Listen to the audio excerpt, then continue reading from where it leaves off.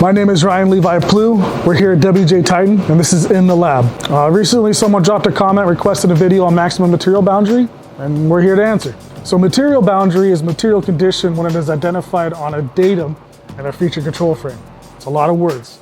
But what that means is instead of looking at a material modifier on the feature in question, you're looking at a material modifier on the datums that it's constrained to. Now, constrained is an important word when you're starting to talk about material boundary. So under a normal feature control frame, say a true position of 1 to A, B, C, that feature control frame is considered to be fully constrained. What that means is you lock in on A, you lock in on B, you lock in on C, you evaluate the true position of that feature.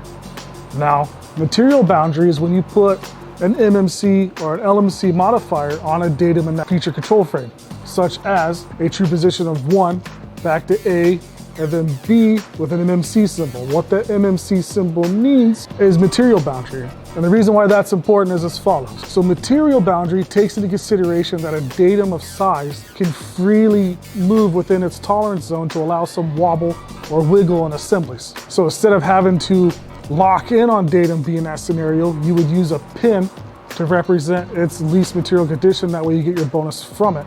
And it'll allow it to freely float when it's checking the variability of dimensional features. Now, the other thing to take into consideration when looking at material boundary is if there's any form modifiers on that associated datum, such as straightness or perpendicularity. And the reason is when you make a hard gauge to inspect features, you have to incorporate that form tolerance into that gauge tolerance to allow for the fact that at the least material condition of a feature, it's still allowed that form error of tilt away from other datums or itself. So again, material boundary is things that affect datums in a feature control frame. Material condition is the things that affect features being evaluated by that feature control frame. We talked about a lot of stuff there. Again, if the gentleman who asked me a question would like to drop a comment below, or if somebody else has a comment or would like to start a dialogue, or reach out to me or one of my staff, and we'll gladly talk to you about this topic.